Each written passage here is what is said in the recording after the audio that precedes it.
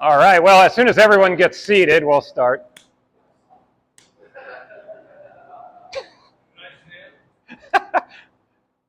All right. All right, well, thank you all for coming to this, whatever Michael called it, event, if you will. I guess it's kind of a lecture, but it's also kind of the idea here is to share my ups and downs and experience within the haunt industry with all of you to hopefully help you out. As I said in my little advertising tease, to help you out like in your current place in the haunt industry. We all come from different walks of life. We all have different experiences. We all have, different interests within the haunt industry. Maybe it's just for fun. Maybe you really want to learn how to act. You want to learn how to set design. Whatever it may be, there's a billion different things to do within the industry. That's where I come in today, because I have basically done all of those things that you can think of within the industry. You want me to use that? All right. Oh, okay. Probably because that fan. Okay. All right. Is that good? Everyone? Okay. So I have done, I would say, literally everything in this haunted house industry. Now, by a show of hands, who here is under the age of 25? Okay. I have been working in haunted houses longer than you. Some of you have been alive. So I age myself there. So it started out when I was about, 16 or 17. I'm like probably most everybody here where, oh, haunted house, that sounds cool. Oh, I like horror movies, right? Who likes horror movies and haunted houses? Raise your hand. Okay, who likes just haunted houses? Nobody here likes haunted. That's weird. You don't like haunted houses? I like haunted houses. You don't like horror movies? Okay. Anyway, that's usually the two hubs, if you will, that drive people into this industry. If you like scaring people, you like horror, you like haunted houses. They're the same thing, essentially, in a lot of different ways. Although in my experience, haunted houses have better acting than most horror movies, truth be told. Our acting is elite. I will say that. I'm not just saying that because I work here. I see a lot of people that I have worked with hand in hand that are actors that are elite actors, for certain. So I started as about 16 or 17. And by the way, if you have questions as I'm going, please feel free to ask. So when I was about 16 or 17, I had an interest in horror movies. I had an interest in haunted houses. So my brother and I decided, hey, we have an unfinished 500 square foot basement in my parents' house. Our parents, being the lovely people that they are, allowed us to do a haunted house in the year 2000. Was our very first one. Again, to age myself there. So it was just a lot of trash bags, a lot of clamp lights, and some crappy Walmart masks, But you have to start somewhere. So we did that in the year 2000. Family and friends came over, but 2001 came around and I wanted a little more. So I decided to go down to the local haunted house. I was living in Thornton, Colorado at the time. Anyone here know where Thornton is? Okay. Oh, there we go. All right. And so I decided to apply as an actor at a haunted house known as Nightmare at Thornton Town Center, where none other than Mr. Wayne Wells, I think we all know who that, a lot of you probably have not met Wayne, he passed away, but Wayne is known for tearing the corn, essentially. So he gave me my first acting gig. God bless him for that. Little did I know where it lead to. So, and that is where I met some other people in the industry. So when you're about 17 or 18, your ambitions are very different than when you're 40. My ambitions were to fulfill what I wanted, to do what I wanted, to have fun. It was about me. And most 18-year-olds, what you're doing is about you. So my brother and I kept doing our home hunt for a while. And I kept working at the pro hunt for a while. Well, 2003 came around and Wayne split up the hunt with a guy known as Chris Stafford. If any of you know who Chris Stafford is, he owns 13th Floor Haunted House. So I worked with him for a couple of years. Wayne came up here and he built a lot of the sets that used to be here, which are now gone. May they rest in peace as well. But after that, I worked for Asylum for a couple of years. You guys remember when Asylum was around? Anyone? Okay. I don't even know. I don't think it still is.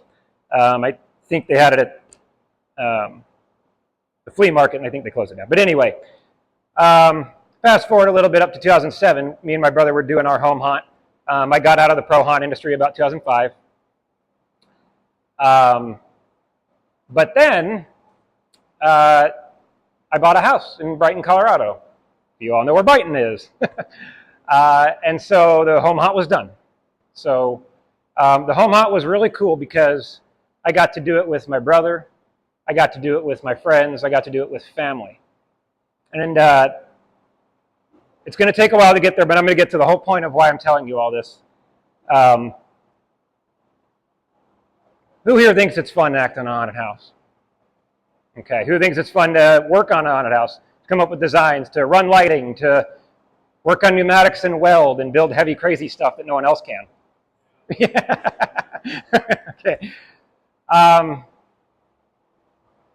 And so I missed it a lot.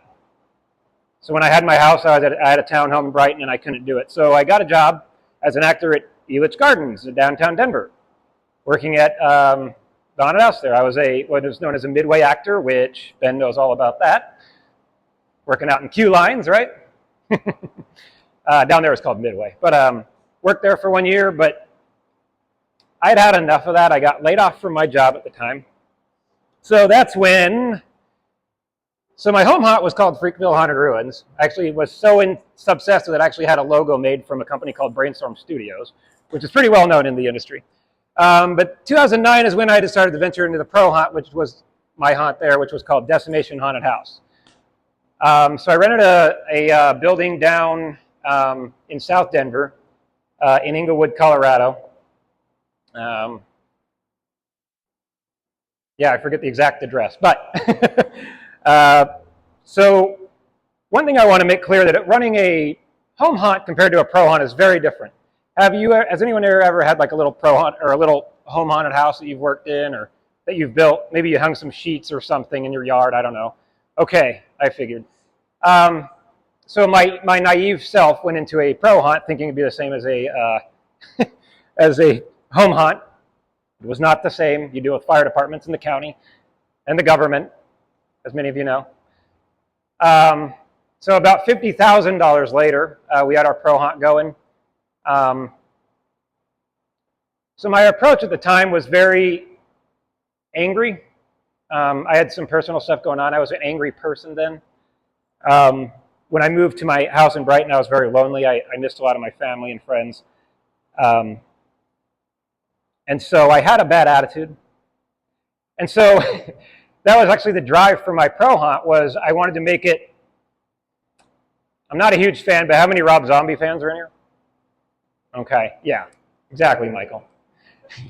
But I went Rob Zombie as I could. And I have some reviews up here, but I made the goriest, most over-the-top, open dialogue haunted house. By that I mean actors could say whatever they wanted that you could possibly make. There was no discretion on language, content. I mean, there was nothing sexual, other than some of the bad language, which was not good. But that was an out for me to vent some of my anger just in my personal life. And I haven't told a lot of people this. It's a kind of a weird thing. But my point in a lot of this is where your approach is, where your heart's at when you're doing something.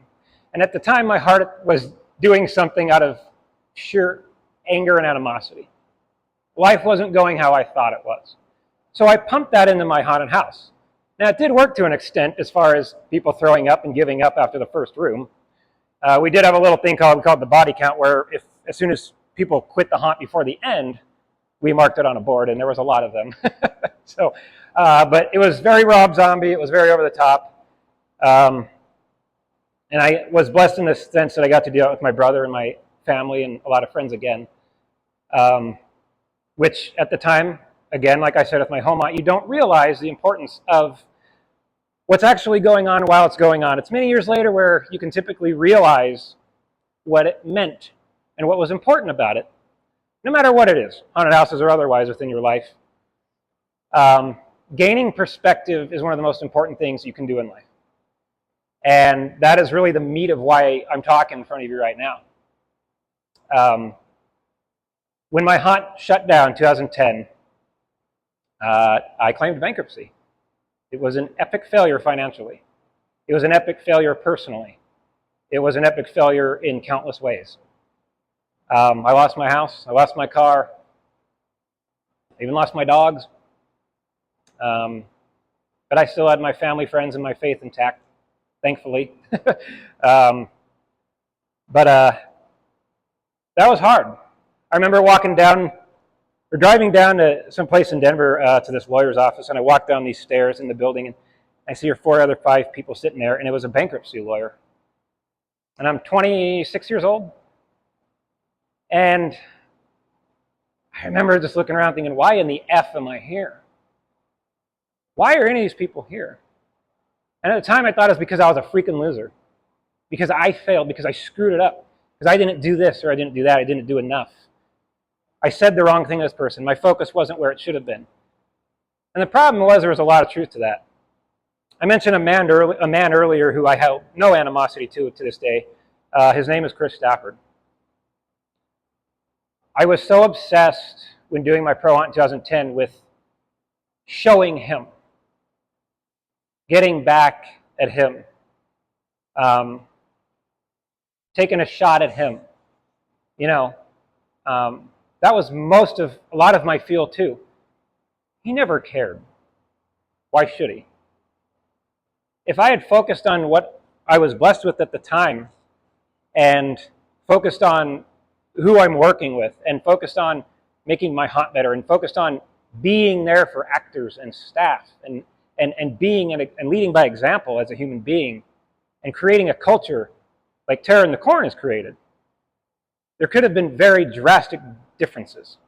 There could have been a different outcome. So that's another point of my seminar today, is to focus on what's important. And so my focus was on all the wrong things. When the motivation of my heart was trying to burn some other guy that had no intent of caring, had no idea, because he treated me bad a couple times, I threw my business straight down to hell because of that. And my parents invested a lot of money in that. The least I could have done was focused on the right things. Now you may say you're being hard on yourself, Dan, or oh, blah, blah, blah. It's like, no. I try to keep it real with myself, because if I'm going to critique somebody else, I sure as hell better critique myself first. There's an old Bible verse that says, don't focus on the speck in your neighbor's eye when you have a plank in your own. Meaning, you can look at some fault in somebody else, but you have 10 times the fault. But you're not willing to look at it. You're not willing to evaluate yourself. You're not willing to express your own shortcomings. You're not having that willingness to be humble. And that leads to nothing good when you're focused on only pleasing yourself, when you're focused on only wanting something for yourself. A dream that you may have. Who has a dream in here? Who wants to do something big someday? I don't care what it is. Everybody, right? Maybe it's getting married. Maybe it's working on a haunted house. Maybe it's starting a business. Maybe it's a college degree. Maybe it's having a kid. It doesn't matter. But you can't do all that on your own. That's where you have to be humble and realize, I'm not bigger than that. I'm not bigger than Terror in the Corn. Terror in the Corn is its own life force. We're all the blood. We're all the different body parts. What good is a hand if you don't have an elbow? What good is an elbow if you don't have a shoulder? Bart might be the shoulder. Michael might be the elbow. Noah might be one of the fingers. It's all necessary. It's all necessary.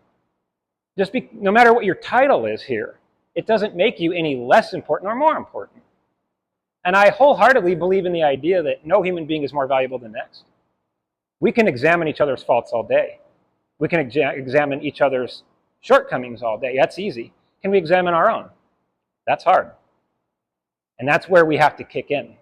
And this industry has taught me that more than anything.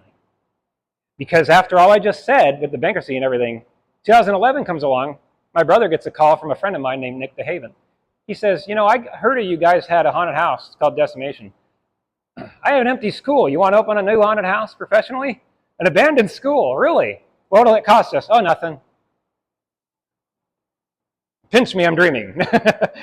An abandoned school, two stories. We only use the bottom story, but so we come to Decimation Part 2. And I do the Part 2 as homage to like old school movies like Friday the 13th, and you have Friday the 13th Part 2, Part 3. The number one question I got about that from customers was, where was Part 1? you know, because there's a new location. But boy, well, thank God I'm blessed. I have another shot at this. I have a new life. Ironically enough, it didn't really matter. We had an awesome hospital theme. We actually sat down and wrote a script. And I directed movie trailers for the haunts. So like a movie trailer, you would do it for the haunted house. You know, got all that going, and you know, we got our sets built. We got our lighting. We got our fire marshal down there. We got everything. And this hospital theme, I say this as humbly as I can, it was friggin' badass. It was unbelievable. We had a, I'll share some of the scenes. One of the scenes was our patient room. So the idea was much like Terror in the Corn, where it's a period piece. We were kind of in that same 1800s era, that same period was the idea. We had, like, you know, you guys know plague doctor masks? You ever seen those? Okay. So we had some of those, but one of our scenes was this big open patient rooms. And back in the day, like in sanitariums and stuff, they would separate patients with like beds with like curtains, right? And so that's basically what we did, but the room was just massive, and it was essentially open other than the curtains. And so we had animatronics in there, we had bodies, we had actors on tables, and it was all mixed up. And what was cool is the customer could choose their path. There was no laid out path. You had to weave in between all these beds and different things within that scene. And so there was at one point, I think we had 9 actors in that one scene, which the room was about a half the size of this shop. It was one big open room. It was insane to even try that concept, especially indoor. I'm a firm believer with haunted houses. I call it they need to be like a roller coaster, much like a horror movie. The correlation between horror movies and haunted houses couldn't be more apparent. Roller coaster meaning when you first start out, you're going clink, clink, clink, clink up, you get to the hill, but then you go down fast, right? And when you're going up, you might be a little nervous. When you're going down, you're screaming your guts out. Then you go back up, you slow down. Then you're going down a sharp curve. It's highs and lows. It's ups and downs. So meaning you have real dark areas. You have real light areas. You have a jump scare. You have a theatrical actor. You have a bloody and gory scene. You have a very clean scene. You have, you know, really loud scene, a really quiet scene. And you have this mix and this blend of all the different things. You have a scene with just one actor. You have a scene with like 8 or 9 actors, if you can. And so that way you're always keeping the customers on their toes. They don't know what to expect. You have to take moments, much like Terror in the Corn, to build suspense. If it's just going full throttle all the time, you know, and I know you all know this, but your customers become numb. You're just screaming at them, you know. The first 30 actors are screaming in my face, and they all said, "Get out." You know, that's not going to do much, you know, as we have the no get out policy here, as we should, or fresh meat, or all the stereotypical lines. But you know, haunted houses are open for interpretation, much like other things like horror movies are. And that's another common theme with my presentation here is that Terror in the Corn checks every one of these boxes. And so, anyway, with the hospital theme, we did set off the fire alarms because they said they weren't sure if a fog machine would would set them off. So they said, just try it. So our opening night, we actually had the fire department and ambulances show up to our haunt, which was really cool in a certain way because it was a hospital theme. And the guests thought it was part of the show. And I'm not making that up. Whew, that was something. And they weren't pissed. They laughed it off. Thank you, Lord. But, you know, you're kind of wasting some tax dollars and some, you know, some very selfless fire department and police officers' time. They were cool. But we had a moderately successful haunt.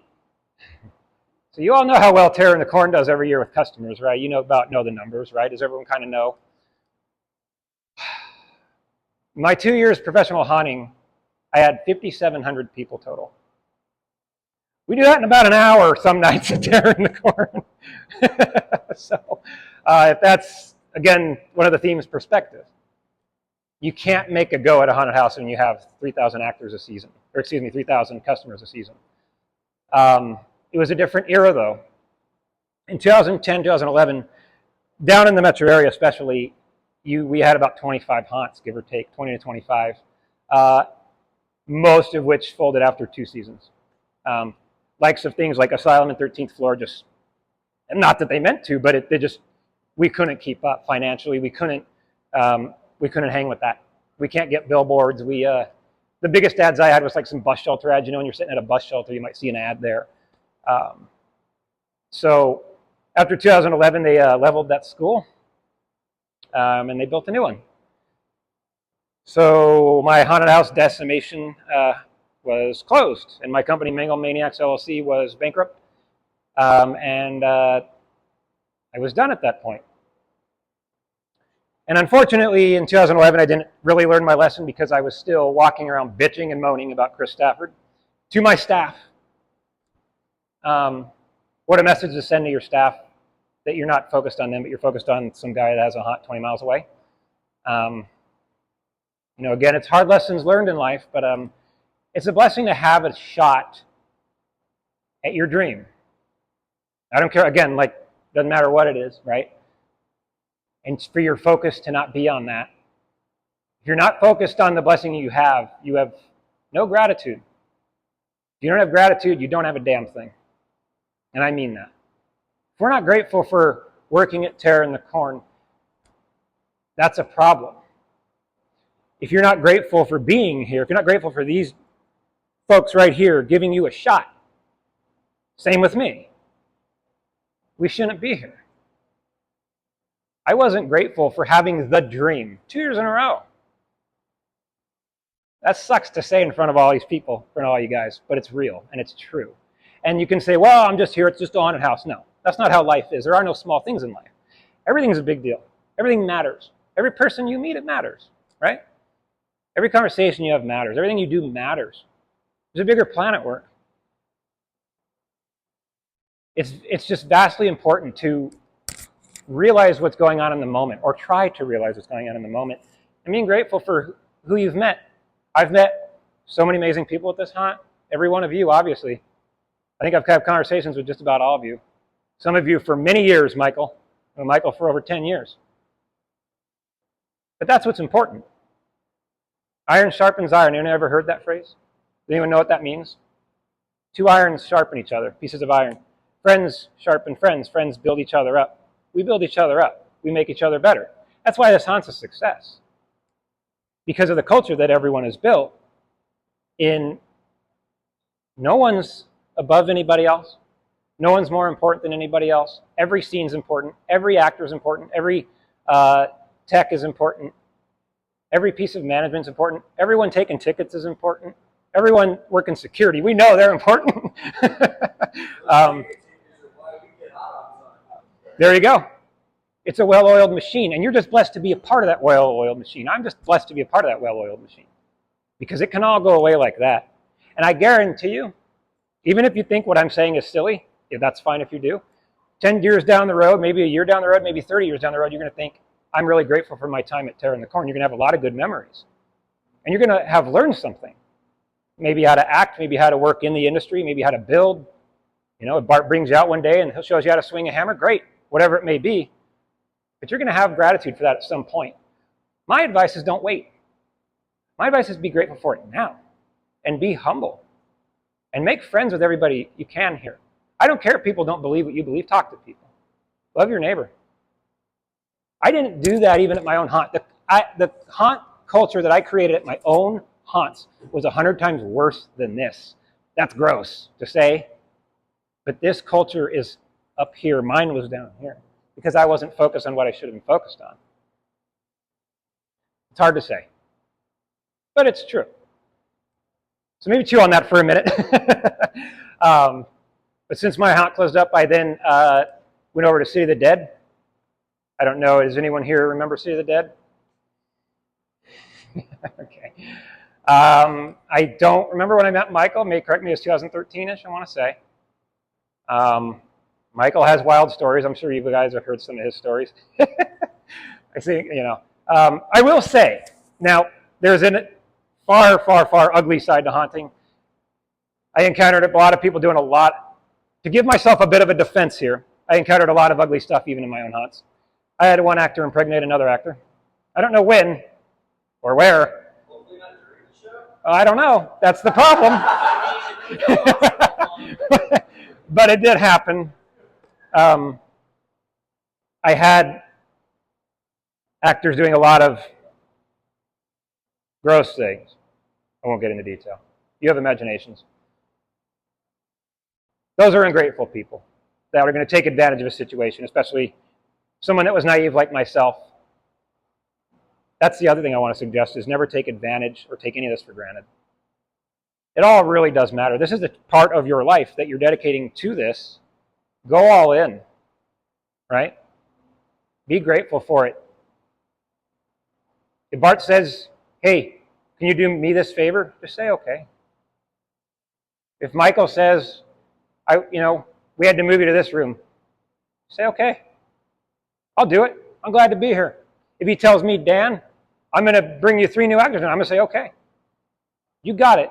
It's a team effort. We're here to help each other. We're here to build this. We're here to make it better for each other, of course, for the guests, but we spend a lot of time together here. I'm sure you guys know that, right? And for you guys to show up on an off-season event just to listen to my butt talk speaks such volumes about how into this you really are, right?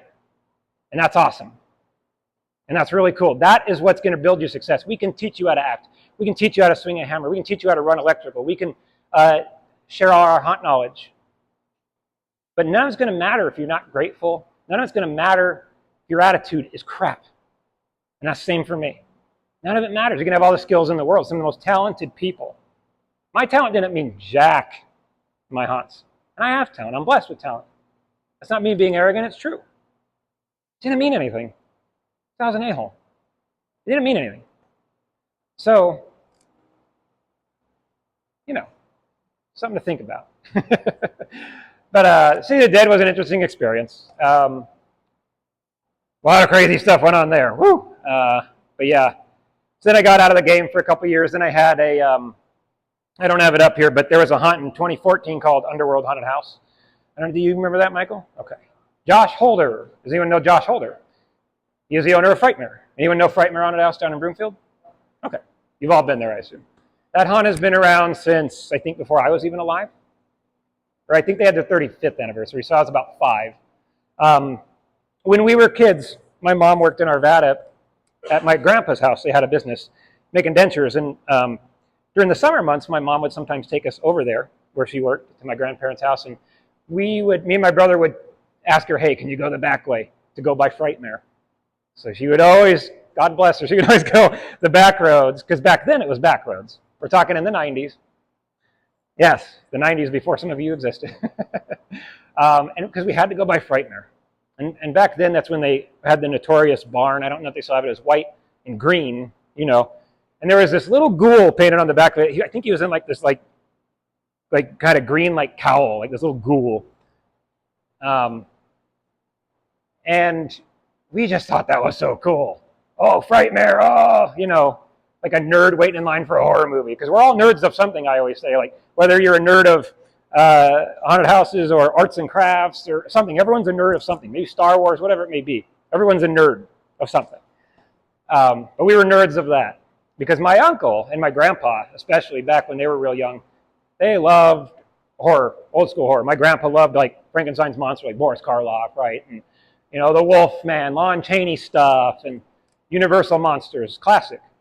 My Uncle Jeff always took it one step further, where he would go all out decorating his house for Halloween.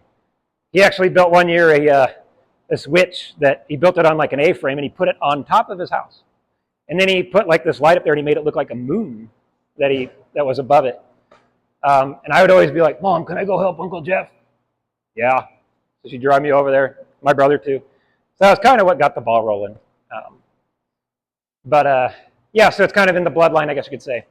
But yeah, so Underworld Haunted House came about where I had made some masks with my old company, my mask company with my dear friend Ray Brules. He had bought some masks from us. So I'm going to check on time. I don't want to keep you guys too long here. Okay. Get my phone in my pocket. Sorry. But he bought some masks from us a couple of years in a row. So has anyone ever heard of Transworld, the trade show? I think Dylan may have had. Yeah. So that's a massive Halloween and haunted house show held in St. Louis every year. It's massive. I don't know what the square footage is. It's like 5 Walmarts combined or whatever it is, like 500,000 square feet, I think, or whatever. But we used to be vendors there. And so Josh Holder, the owner of Frightmare, would buy from us. And so he kind of reached out to us to design and build Underworld Haunted House. It was held in an old grocery store down in, I think it was North Glen, Colorado, off of 104th and Huron. If that means anything to anybody. So me and Ray, and then my brother, and then, yes, Bart. Is that the time you were vending right next to us? What? Is that the time period when you were vending right next to us? Yeah, yes, it was. So, fun fact, me and Ray and another company, we used to vend right next to Bart and his wife, Michelle. Like, for years, we vended right next to them at Transworld, so that was cool. So, yeah, I've actually known Bart for a long time. But I've really gotten to know Bart the last year or two, so scary. Yeah. I think I have problems. Just kidding. Totally kidding. Kidding. So Josh Holder pitched this idea, and so we did that. Yeah, lasted 1 year. I think we had a total of attendance of, I think, 1,100 people, which was not my fault this time. I felt good about that. But and oddly enough, not to get too personal, but I had met my ex-fiance there, so that was interesting. So that was interesting. But it's amazing what will happen, and this is my other point is, what will happen in your life when you're, my point here is too, like with all I've said so far, is I'm focused on my dream, but all these other things are going on that aren't my dream, that are bigger than the dream itself. Does that make sense? But you don't know it at the time. It's really interesting. And I'm grateful that God's given me the insight to understand that now, because, you know, when you're angry and you're young, it doesn't work out very well. But so that hunt flopped major, but it was a cool opportunity to work with my brother one more time and work with my friend Ray and our friend Nick, and our good friend Ellery. So then 2015, 2016, we're just doing Crooked Creations. I'm out of the industry. 2017 comes along, lose my job again. My girlfriend at the time dumps me all basically within the same day. so I decided to pack up and move to Colorado Springs. I was pretty much done with the industry. So he says, I've been done with the industry about 12 times. I'm over it. Well, Michael, I think you worked at a desk job for what, about 20 years? You worked at another job for about, what, 20 years, you said? Or okay. So there you go. It was a layover. Just taking a break, yeah. Some breaks are longer than others. Yeah, we're all always done. So 2017, 2018, I'm in Colorado Springs, meeting new people, trying to start new. I got a good job with my brother and my sister-in-law. You know, living kind of on my own in an apartment. It was good. 2019 rolls around. I have a new itch. Oh, wait, no, that's an old itch. It's called the hunt industry. Better scratch it. So I go down to this hunt about 20 miles down the road, 20 minutes down the road. It's called Haunted Mines. And I will not even mention who owned it. We're not going to go there for various reasons. But anyway, I go down there and I got a job just tearing tickets. I was just like, I just want to see what it's about. I'll just go meet people. That's when it really started in my mind. It's like the intent of my heart was different. I wasn't going down there to make my dream come true. I was going down there to meet people. So now there's a change in mind. There's a change in what's motivating my heart here. That's when it kind of dawned on me what's going on. And so I was happy with tearing tickets. I had owned my own hunt. I had a couple of businesses. I had a home hunt. I had designed and built 3 hunts by now, but I'm happy with tearing tickets. It's like, oh, that's cool. Okay. You know, I'm happy to be here. That kind of thing. So that went fine. But 2020 comes along, I don't think anyone here wants to remember 2020. We all know why. But they, again, they'll remain nameless, they approach me and say, I'm doing this new haunt out at a farm. Do you want to just design it and run it? I know your history. I remember your old haunts. Okay. Wow, another shot at my dream. There it is again. Cool, for like the 20th time. So I pull my brother in, of course, because my brother and I, his name's Chris, we were like this two-headed monster. And then my buddy, Ellery, in the early years, we were kind of like this three-headed monster. But Ellery wasn't in Colorado Springs at the time. My brother was. So my brother and I always had like this just perfect kind of like working relationship. It's kind of like how Michael and Bart mess, just like with their relationship. Their love is shown through messing with each other constantly. You know, things like that. But it works. You know, like I could have like a basic idea, and he could just sit there and like pile on and build this like this amazing idea out of some little crappy idea I had. It's like, holy cow. And so we start building this outdoor hunt, and it was really cool. We had a cool theme of basically the storyline that we wrote was, and that was Scorched Earth here. We came up with the name. I did the logo, the website, the whole thing. Because I'm notorious telling my friends I need a bigger canvas because I wasn't be able to. I always wanted to be a filmmaker as well. Obviously, I never did that. But just making masks wasn't enough. Just making props wasn't enough. But a haunted house, I can make the props. I can do the lighting. I can build the sets. I can hire the actors. I can write the backstory. I can build the website. I can do the marketing. I can do the T-shirts. I can make the logo. I can set up the fog machine. I can even write music for this. I can do it all. I did, with the help of other people a little bit. But that was my idea. It's like, I want to be able to do it all. That's really naive, right, Bart? You can't do it all on your own, turns out. Yeah. So we built a really cool haunt. And that was a tangent, I'm sorry.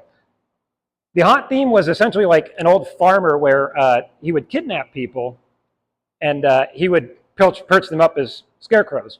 And he would like run like this embalming kind of fluid into them to preserve them, and they would be perched out as scarecrows. Well, eventually something happened to where the scarecrows came alive, and they kind of overtook the farm, and they would kill anyone that came onto the farm. That was the meat of the storyline. So we decided to go no gore, no blood on this one. My haunt decimation, as I said earlier, was the bloodiest, goriest thing I could possibly think of. And some reviews will back that up. Not necessarily proud of that. But we went old school. We said no blood, no gore, really no violence. So we had like this green, like embalming fluid kind of blood, if you will, like on the scarecrows and stuff. And we built all the props, and we built all the sets. And we actually built a house that was built after Evil Dead. Has anyone seen? Oh, hold on. The original Evil Dead. Is anyone? Evil Dead 2? Even the new one, maybe. Well, the remake. So the cabin in that. So there's, for those of you that don't know, there's the cabin in there, and eventually they board up the windows and stuff, and through the slats on the doors and the windows, you can see all the light beaming out of the cabin. Well, my goal was to just replicate that. So that's what we did.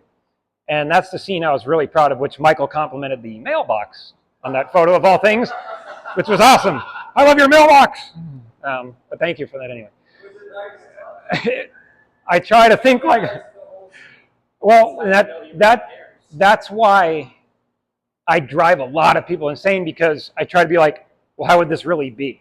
Like, I try to take something that's not grasped in reality and make it reality. Whether that works or not, I don't know. But people tell me I overthink things. I just tell them I think they underthink things. So it's a good thing. But that haunt was, I think, our best work. The problem is, after we opened it, we got halfway through the season, it was successful.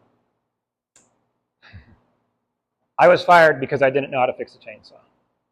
And it turns out what was wrong with the chainsaw was it needed gas. I don't know anything about chainsaws. I didn't know that. And that sounds stupid, but that's what happened. Basically what happened is we were used for our talents, and we were dismissed. In a nutshell. and I hate to, and I don't want to sound like a victim for that. That's when I had to pay for the props out of my own pockets and then get reimbursed. I should have known. But that's the other problem when you have a dream. People are always out there waiting to prey on that dream. It's easy to use a person that is desperate to fulfill a dream. And so that's another point I want to make is if you do have a dream, don't let anyone use that against you or manipulate you for that. Don't let anyone out here use you or manipulate you. Maybe on your acting style, maybe on, oh, I'm going to work in that scene, or no, I want that costume, or whatever it may be. Don't do that either. Understand your worth, understand your value.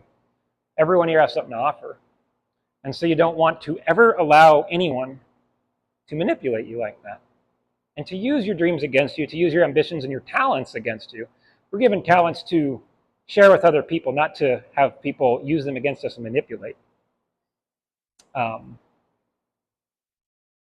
So we were dismissed, I think it was the second or third week in October, which was really bold, as we know what a busy time that is.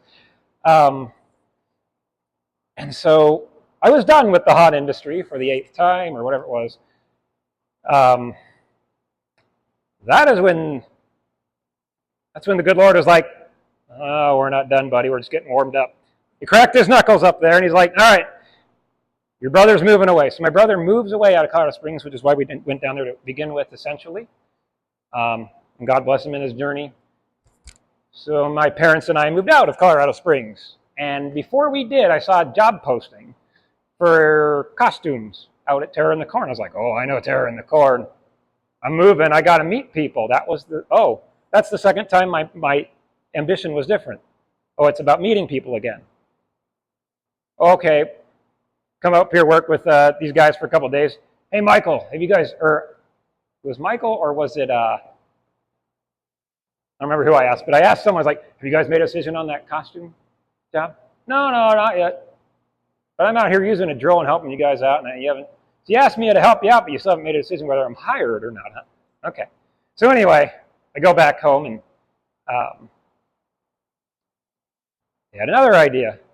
This is when zombie paintball. Who remembers zombie paintball? Anybody? Okay. Yeah. I know, ironically enough, this is where it happened. So I got a call, like, they were like, how about you want to manage zombie paintball? I'm like, yeah. They're like, but also, we thought you lived in Colorado Springs. How's that work? Oh, no, I'm moving out of there. Oh, well, okay. We'll take your word for it. And I have to say, one of the other reasons what makes Terror in the Corn different, I had to do an interview with these guys over here. And I had to share a lot of what I've shared with you today for transparency's sake and honesty's sake. I believe in being humble enough to share the truth, no matter how hard it is, because it doesn't make me sound good, a lot of this, what I'm saying, but grace was shown by Michael, Bart, and everybody else. And I know Michael, he almost felt like reluctant, like, so what did happen in Colorado Springs with that haunt down there? I'm just kind of curious. I kind of told you. And give me a shot. But that's a perfect representation of what Terror in the Corn is. What the culture that's been built here is giving people a shot. Your past, your background, that's irrelevant. Doesn't matter. Everyone deserves an opportunity. Everyone deserves a second opportunity, right? And so I was given that opportunity. And so that's another sign. It's like, okay, well, for your 20th time being out of the haunt industry, you're back in it again.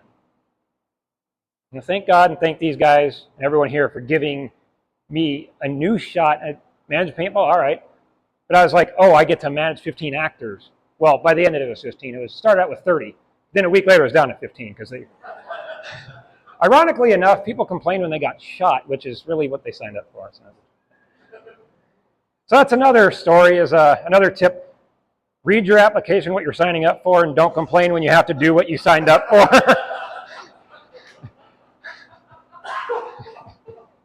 We're human, we all have complaints, but that's a big one.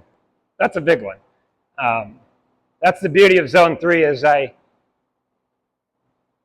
have really tried and I hope someone can back me up that's been in zone 3, can back me up on this, that I try to be transparent with everybody. And I don't want to just talk about the haunted house with everybody. I don't want to just talk about your acting. I want to talk about you.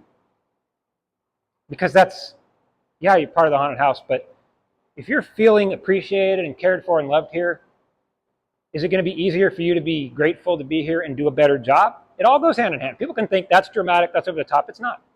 Not at all. Everyone wants to be accepted and treated well, right? Does anyone want to raise their hand and say, I want to be treated like crap? Oh, no hands went up. Shocker. Oh, Dylan's the exception.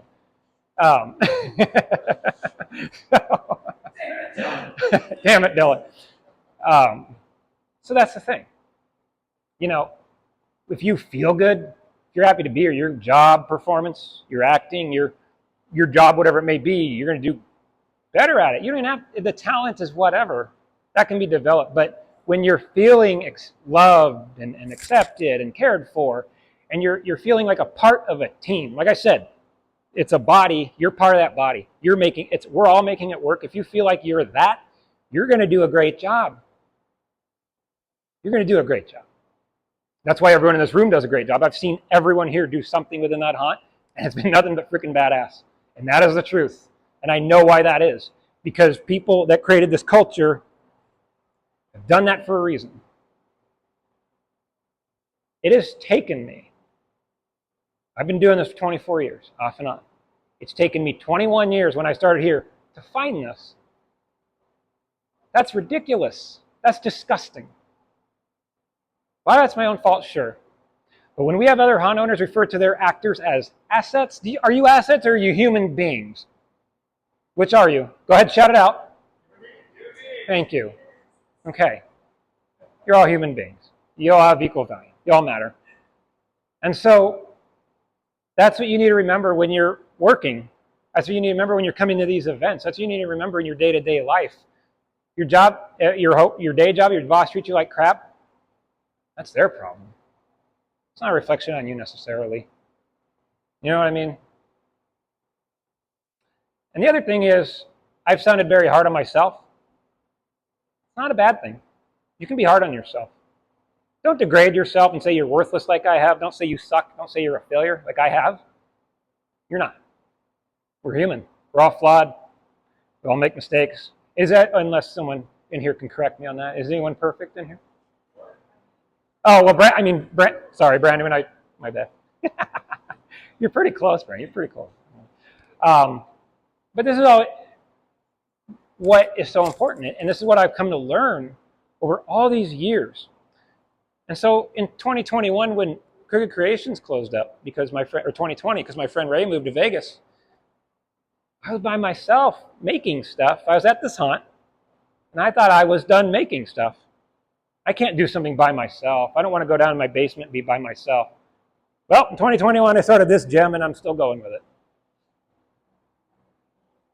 And I still vend at Transworld to this day, although I think that's going to stop. But I'm using my talents now because I had people remind me that they like seeing what I'm doing. They like the photos I post. I don't have to do this stuff for me.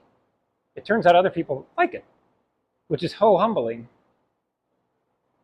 And so I make this stuff because, man, when people come up and say, oh, I had a guy at Transworld this year come up. His name's Joe Klein. Really nice guy, works in the haunt industry. He builds these amazing like cemetery pieces and mausoleums. And he's like, that reminded me of my childhood. I got to get that. Whoa, okay. Another guy came up. I don't remember the name of the cartoon, but there was a Nickelodeon cartoon. Does anyone know Zeebo the Clown? Zeebo the Clown? Oh, something in the dark, whatever it was. It was in the 90s as a kid's show. But anyway, there was a character called the Ghastly Grinner and Zeebo the Clown. Anyway, I made a Ghastly Grinner and a Zeebo the Clown, and I had one at Transworld this year. And this guy came up, and he's like, oh my gosh, another guy. That reminds me of my childhood. I was a huge fan of that. I'm like, well, I just made it because someone asked me to make it. last year as a custom order, so I made another one. This dude went on for 20 minutes about how it reminded him of his childhood. I'm like, holy guacamole. Okay, so that's why I'm doing this. Yeah. You have no idea what's going to come out of utilizing your talents or chasing your ambitions or your dreams. It's not always what you think it is. And that's my whole point today. You can start out thinking in a very selfish manner about yourself and your dream. It's yours. And you're going to probably be humbled along the way. Very big time, maybe not. Hopefully, being humble is the greatest attribute you can carry, in my belief. And so you can start out thinking that. But as you probably picked up on, as I'm talking about each of these, each different step in the hunt history, it became less about me and more about you guys and everybody else. That's my point today. And that has made me a better person, and that has made me be able to hopefully be there for all you guys and everybody else, and help train you, sure, help teach you everything I know about the industry, sure, help you act better, help you develop your characters better, sure. That's great. But it starts with me treating you like a human being and treating you well and making this about you and not me. That's where my success was. That's where my success is. The finances didn't matter. The bankruptcy didn't matter. The jerk fire marshal, the other haunted house owners, all this crap I went through, didn't matter. That wasn't the point. I believe in purpose. I believe in that we all have a purpose. And the purpose was not for me to run a haunted house and use my talents for me. My purpose was to be here saying what I'm saying. And so if you can apply that when you're here or anywhere, but especially here, you're going to have so much more fun here, and you can appreciate being here. My very first haunted house acting gig, when Wayne hired me when I was 17, my very first acting role, you want to know what it was? I was the dot monster. The room was dots, and I was in a cape that had dots on it, and I was the dot monster. And I was this role of a lifetime. I should have just been like, I quit now because I'm on top, so we're going to get better. I was 17. I wasn't even graduated high school. I've always been a skinny guy. I was still 5'6" at the time. I'm 5'9" now. I was shy as could be. I had so many people making fun of me that worked at the haunt. And by the grace of God, I didn't quit. I wanted to. I mean, that's your first intro to this pro haunt industry. People making fun of you because you're in a room in a costume you didn't ask for, you know nothing about. It's kind of tough. But ultimately, there's a greater plan at work, and it had to happen. It all had to happen. And so the amount of people I've met in this industry, oh my gosh. And there's even people like Ricky Dominguez and Randy McClellan and people like that have passed away.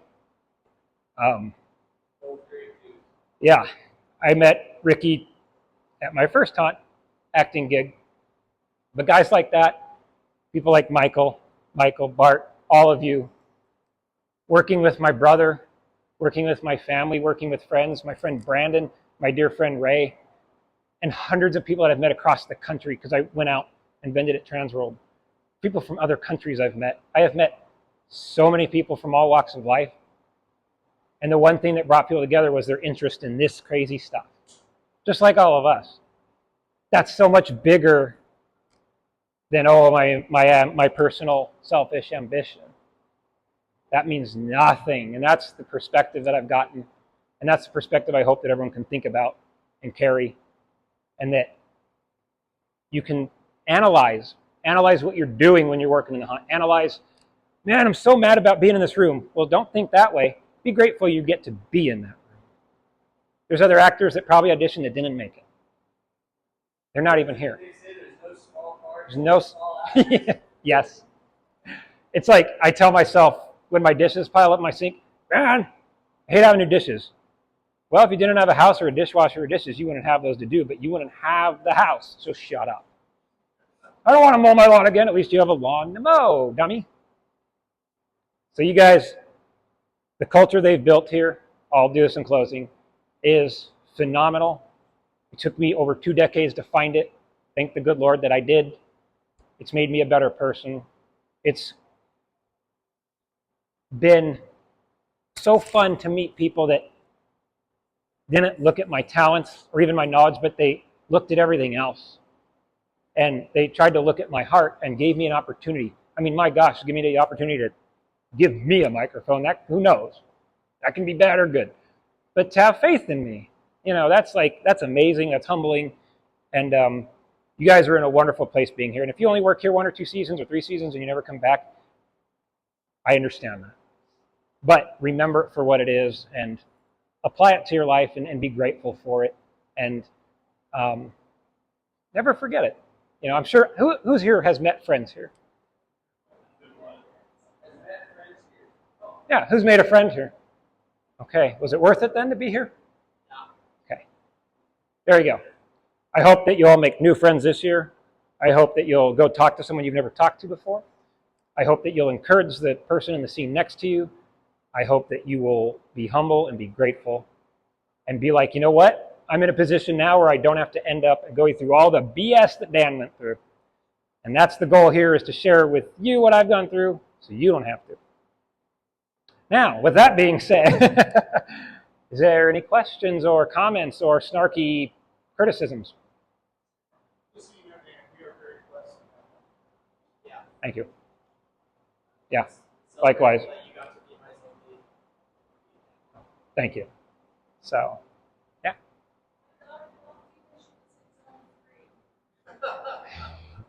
Well, I believe she was in the post office, if I remember right. And I was sorry to lose her. Yeah, that's right, Ann. Yeah, she did a great job. I was sorry to lose her last year.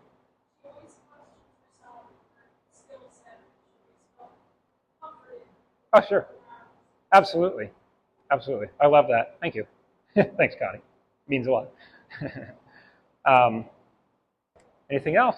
Dylan. Why did Wayne stick a cold in really weird positions the first time? What was yours? He had me stand behind the pause and press the button, and I was like, all right, and then what? He's like, then you're going to press the button. On the next one, I was like, then what? Glorified button pusher. You know what? So my brother started the same year as I did, working with Wayne, and he had a role in a cemetery. And my brother, Wayne, told him, okay, say, get out of my cemetery. And my brother did a couple times, and he hated it.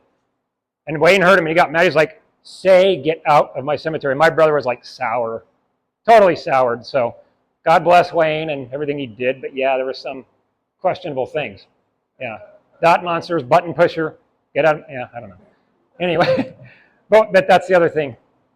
I didn't know in 2001 or 2002 when I met Wayne. It's like, talk about coming full circle, working where Wayne was. So God rest his soul. But yeah. Anyway, anything else? All right. We get a round of applause. Thank you.